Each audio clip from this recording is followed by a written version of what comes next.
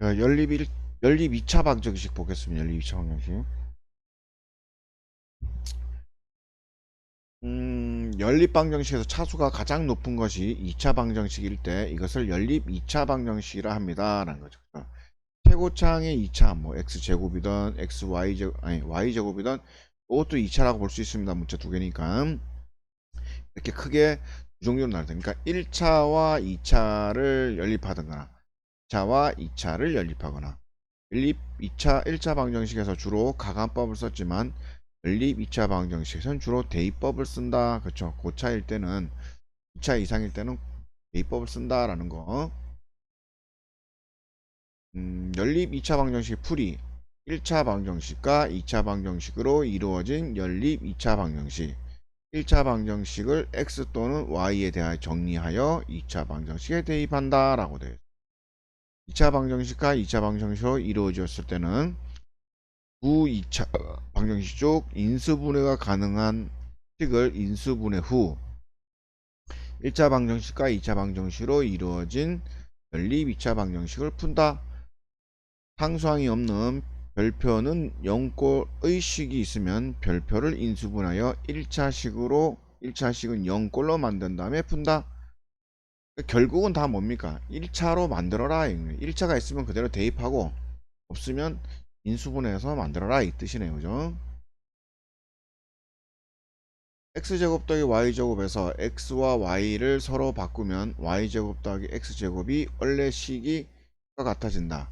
이와 같이 xy를 바꾸어도 원래 식과 같아지는 식을 xy 대칭식이라 한다.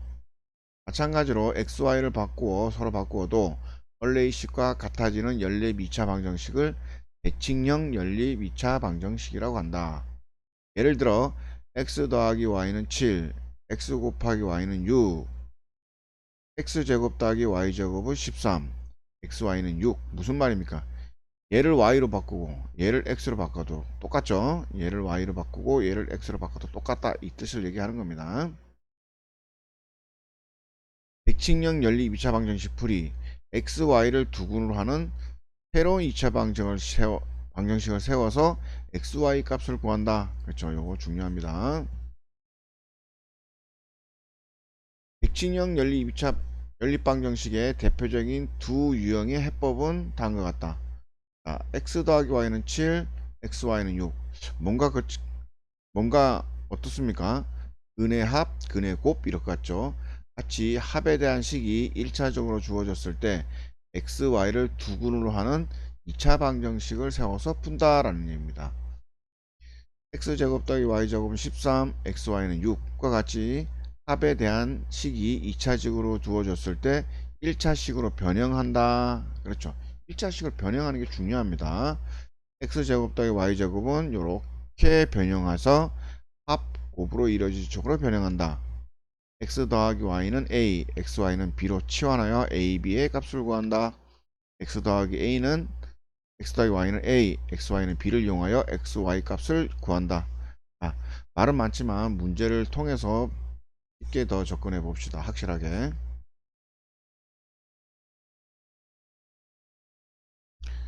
지금 요거 보면 1차, 2차죠. 1차식을 포함한 연립 2차 방정식, 1차식을 2차식에 대변한다.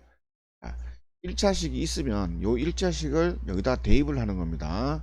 요거는 이렇게 바뀌겠죠. y 대신에 얘를 대입한다는 얘기입니다. 여기에다가 대입했죠. 그럼 어떻게 합니까?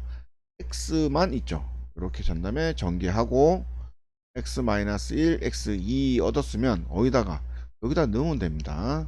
넣어서 그렇죠. 근이 두 개다 이런 얘기입니다. 왜 그러냐면 1차가 있고 요거는 원의 방정식이다. 원의 방정식처럼 돼 있으면 당연히 뭡니까? 교점이 두 개 다 있겠죠.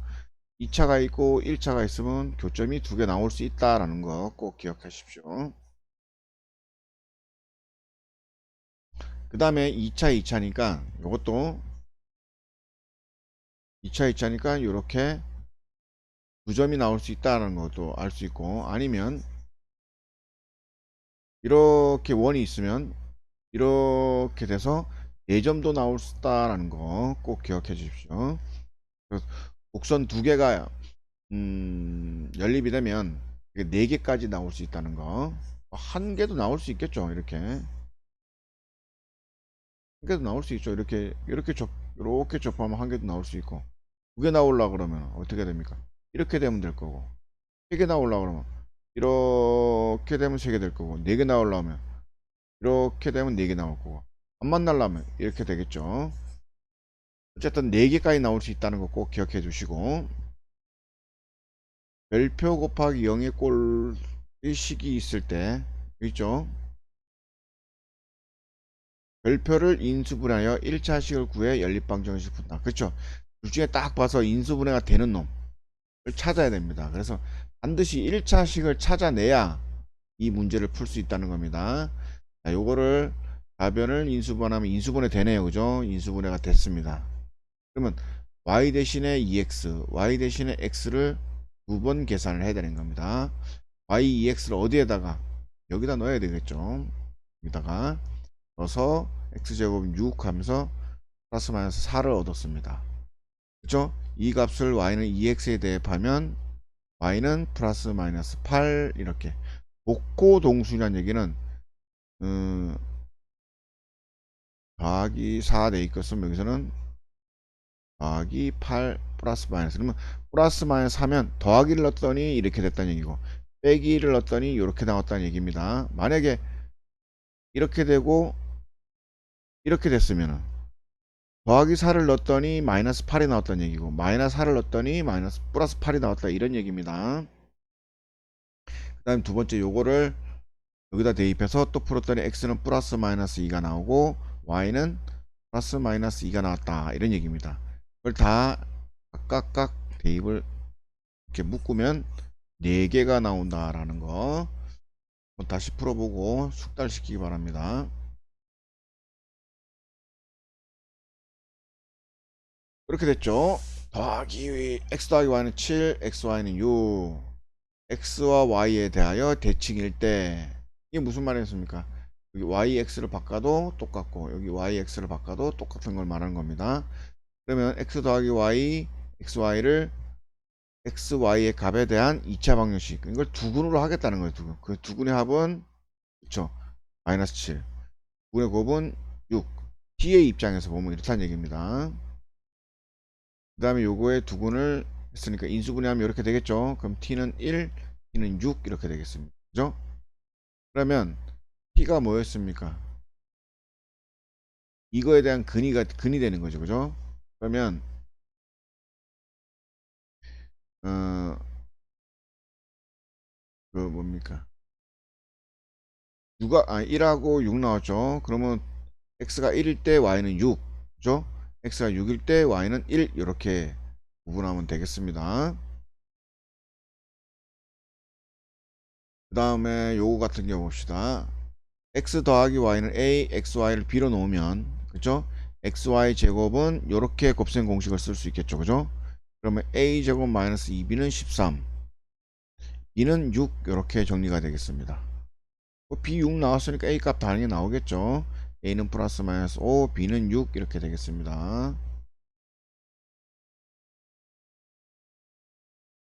그럼 이렇게 나왔으면 x 더하기 y가 5, xy가 6. 그럼 다시 우리 1번 풀었던 거하고 똑같은 제자리로 오는 겁니다. 요것만 변형이 있고 나머지는 다 똑같습니다. 그래서 xy가 2차 방정에서 봤을 때 이렇게 두근을 두고 인수분해했더니 이렇게 나왔죠. 그럼 t는 2, t는 3 이렇게 돼서 x는 2, x는 3 또는 x는 3, 아니니. 왜 그러냐면 이것이 두 개 다 근이기 때문에 우리 알파 베타로 볼게요. 근데 2, 3이 나와서 얘가 2가 될 수 있고 3이 될 수 있고 얘가 3이 될 수 있고 2가 될 수 있겠죠. 그래서 이렇게 두 개 나오는 겁니다. 두 번째 마이너스가 또 있죠. 그러니까 마이너스일 때 6이다 그랬으니까 두근으로 하고 이렇게 2차가 됐습니다. 인수분해 됐네요. 그럼 t가 마이너스 2, t가 마이너스 3. 그럼 얘가 마이너스 2면 얘가 마이너스 3이 되고 얘가 마이너스 3이면 얘가 마이너스 2 되겠죠. 그래서 각각 여기까지 하나, 둘, 위에서 두 가지 있었으니까 총 네 가지 이렇게 되겠습니다. 더해서 7 곱해서 6인 두 수는 1, 6이므로 xy는 1 이렇게 해도 되겠죠. 이게 무슨 말이고. 어. 이걸 가만히 보면 7, 그 다음에 x 곱하기 y는 6 이렇게 되겠습니다. 더해서 7 되는 거 볼까요? 1, 6, 또 2, 5, 3, 4. 뭐 이런 수들이죠. 그죠? 그 중에 곱했을 때 6이 되는 거는 1, 6 밖에 없으니까 1, 6이다. 이렇게 인식해도 되겠습니다.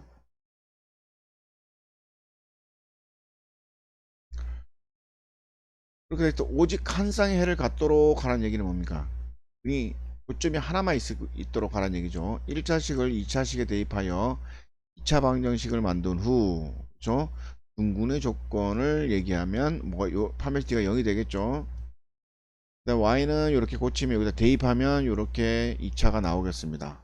근데 한 쌍이 해라 그랬으니까 판별식 d는 0 했죠. 짝수니까 4분의 d 쓰고 a제곱은 그렇죠. 36. 따라서 a는 플러스 마이너스 6이다 이런 얘기입니다. 이 얘기는 무슨 얘기냐면 이게 나중에 배우겠지만 여기 원입니다. 원점 중심이 0,0이고 0입니다. 근데 요거는 y는 넘어가면 마이너스 x 플러스 a입니다. 기울기가 마이너스 a입니다. 마이너스 1입니다. 그러면 이렇게 될 때 한 점에서 만나고 이렇게 될 때 한 점에서 만나겠죠. 이때 요 a 값이 y절편 역하니까 여기가 플러스 6이란 얘기고 여기가 마이너스 6이다 이런 얘기입니다. 나중에 이제 원의 방정식 배울 때 사용되겠습니다. 이게 1차가 있고 그 다음에 합이 있고 곱이 있네요. 그죠? 실근을 가질 때 a 값의 범위를 구하라. x, y는 2차 방정식 그렇죠. 두분의 합, 두분의 곱 이런 걸 이유하라 그랬죠. 실근이란 말이 있습니다. 주어진 연립방정식을 만족시키는 x, y 값을 2차 방정식 요구로 정하겠습니다. 근데 이거의 근이 부분이 실근이다 라고 했기 때문에 판별식이 0보다 크거나 같다 하겠습니다. 그래서 정리하면 A는 0보다 크거나 같고 2보다 작거나 같다 이겁니다. 문제만 이상하지 굉장히 쉬운 문제죠. 이해만 하면.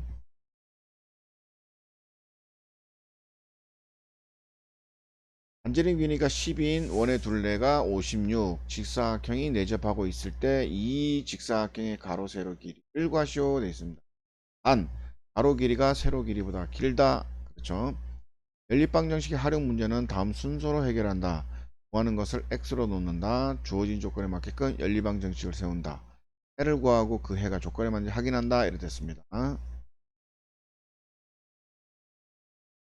자, 직사각형의 가로를 x, 세로를 y라 두겠습니다.